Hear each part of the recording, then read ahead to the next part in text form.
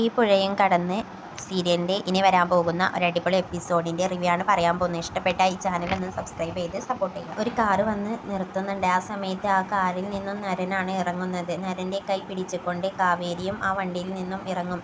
ഇതെല്ലാം കണ്ടുകൊണ്ട് വണ്ടിയുടെ അടുത്ത് നിൽക്കുന്ന കാവേരിയുടെ അമ്മയും അനിയത്തിമാരും ചേച്ചിയും അതുപോലെ ചേട്ടനും എല്ലാം അന്താളിച്ചിങ്ങനെ നിൽക്കുകയാണ്. അതുപോലെ നരൻ്റെ മുത്തശ്ശനും മുത്തശ്ശിയും അതുപോലെ നരൻ്റെ ചെറിയമ്മയും ചെറിയച്ഛനും എല്ലാവരും ഉണ്ടാകും അവിടെ. എല്ലാവരും അവരുടെ അടുത്തോട്ടേക്ക് ഓടി വരുന്നുണ്ട്. നരൻ്റെ മുത്തശ്ശൻ ചോദിക്കുന്നുണ്ട്, എന്താ ഇവിടെ നടന്നതെന്ന് ചോദിക്കുകയാണ്. അപ്പോൾ നരൻ പറയുന്നുണ്ട്, നിങ്ങളല്ലേ പറഞ്ഞിരുന്നത് നീ ഒരു കല്യാണം കഴിക്കണമെന്ന്. അപ്പോൾ ഞാനിതവിടെ കല്യാണം കഴിച്ച് വന്നിരിക്കുകയാണെന്ന് പറയുകയാണ്. എന്താ നീ ചെയ്തു വെച്ചിരിക്കുന്നത് എന്ന് മുത്തശ്ശൻ നരനോട് പറയുന്നുണ്ട്. ആ സമയത്ത് കാവേരിയുടെ അമ്മ കാവേരിയോട് ചോദിക്കുന്നുണ്ട്, എന്താടി ഇതൊക്കെ ചോദിക്കുകയാണ്. ഇത് കാവേരിയോട് ചോദിക്കുന്നുണ്ട്, എന്താ ഇത് ശരിക്കും നടന്ന കല്യാണമാണോ എന്ന് ചോദിക്കുകയാണ്. ആ സമയത്ത് കാവേരി ഒന്നും മിണ്ടാതെ കരയുകയാണ്. കാവേരിയുടെ അമ്മ ശാരദ കാവേരിയുടെ താലി പിടിച്ച് വലിച്ചുകൊണ്ട് ചോദിക്കുന്നുണ്ട്, എന്താടി ഇത്, എന്തൊക്കെയാണ് ഇവിടെ നടക്കുന്നതെന്ന് ചോദിച്ച് ഇങ്ങനെ കാവേരിയെ അടിക്കുകയാണ്. ആ സമയത്ത് അവിടെയുള്ള എല്ലാവരും കാവേരിയെയും ശാരദയും പിടിച്ചു വെക്കുന്നുണ്ട്. എങ്കിലും ശാരദയ്ക്ക് ദേഷ്യം വരുന്നുണ്ട്. കരഞ്ഞുകൊണ്ട് കാവേരി ഒന്നും മിണ്ടാതെ നിൽക്കുകയാണ്. ആ സമയത്ത് ഗംഗ ചോദിക്കുന്നുണ്ട്, എന്തൊക്കെയാണ് നീ കാണിച്ചു വെച്ചിരിക്കുന്നത്, നിന്നെ ആശുപത്രിയിൽ ഉണ്ടാകുമെന്നല്ലേ ഞങ്ങൾ കരുതിയത്, എന്നിട്ട് നീ എന്താ ഇപ്പോൾ ചെയ്തു വെച്ചിരിക്കുന്നത് എന്ന് ചോദിക്കുകയാണ് ദേഷ്യത്തിൽ കാവേരി. ആരെ ചോദിക്കുന്നുണ്ട്, ഇതാരാണടി, ഇവന് എന്തിനാണ് ഈ സ്ഥലത്തോട്ടേക്ക് വന്നത്, ഇവിടെ നമ്മൾ വന്നിട്ട് കുറച്ച് നാളല്ലേ ആയിട്ടുള്ളൂ എന്നൊക്കെ പറയണേ.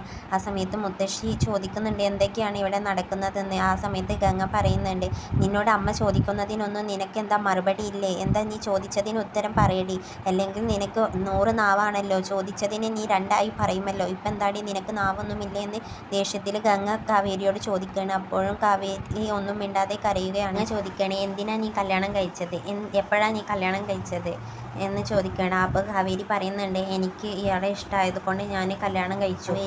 ഗംഗ പറയും, നീ വെറുതെ നുണ പറയാൻ നിൽക്കണ്ട, സത്യം പറയേ, നിന്നെ ഞാൻ ഇന്നൊന്നും കാണൽ തുടങ്ങിയതല്ലല്ലോ, എന്താണ് നമ്മളുടെ നാട്ടിൽ വെച്ച് സംഭവിച്ചതെന്ന് വരെ എനിക്കറിയാം, എന്നിട്ടാണോ നീ എന്നോട് ഇത്രമാത്രം വലിയ നുണ പറയുന്നതെന്ന് ചോദിക്കുകയാണ്.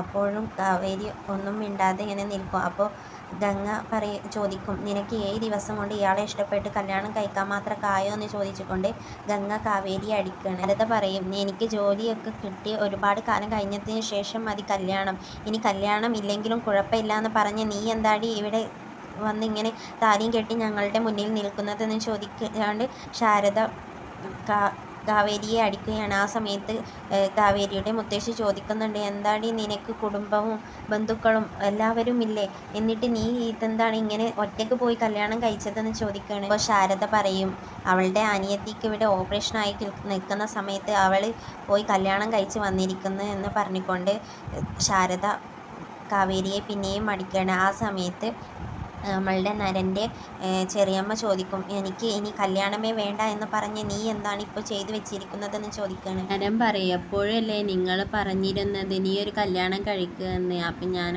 കല്യാണം കഴിച്ചു, ആരോടും പറയാനൊന്നും സമയം കിട്ടിയില്ല എന്ന് പറയുകയാണ്.